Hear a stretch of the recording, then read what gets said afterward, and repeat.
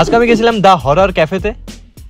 হ্যাঁ বন্ধুরা, সো সবার ফার্স্ট রাতের অন্ধকারে আমি আর দীপ স্কুটি নিয়ে বেরিয়ে পড়ি। কিছুক্ষণের মধ্যে আমরা চলে আসি দা হরর ক্যাফেতে। এটার ভেতরে ঢুকতেই দেখলাম চারিদিকে সব বিভিন্ন রকমের ভূত রাখা আছে, তাই আমি একটু ডান্স করে নিলাম বন্ধুরা।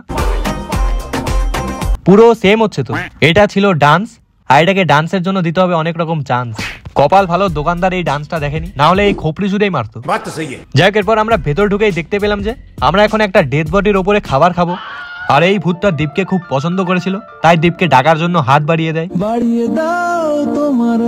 এরপর অনেক টেনশনে ছিলাম যে মেনু কার্ডটা কোথায়। তারপর অনেকক্ষণ পর বুঝতে পারলাম যে এইভাবে স্ক্যান করে মেনু কার্ডে থাকা খাবারের আইটেম গুলো চলে আসবে। বেশি কিছু না, শুধু দুটো ব্ল্যাক কফি অর্ডার দিয়ে দিয়েছিলাম, কারণ আমরা একটু ডায়েটে আছি বন্ধুরা।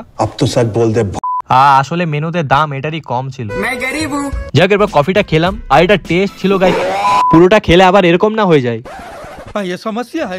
ব্লগ শেষ, বাই।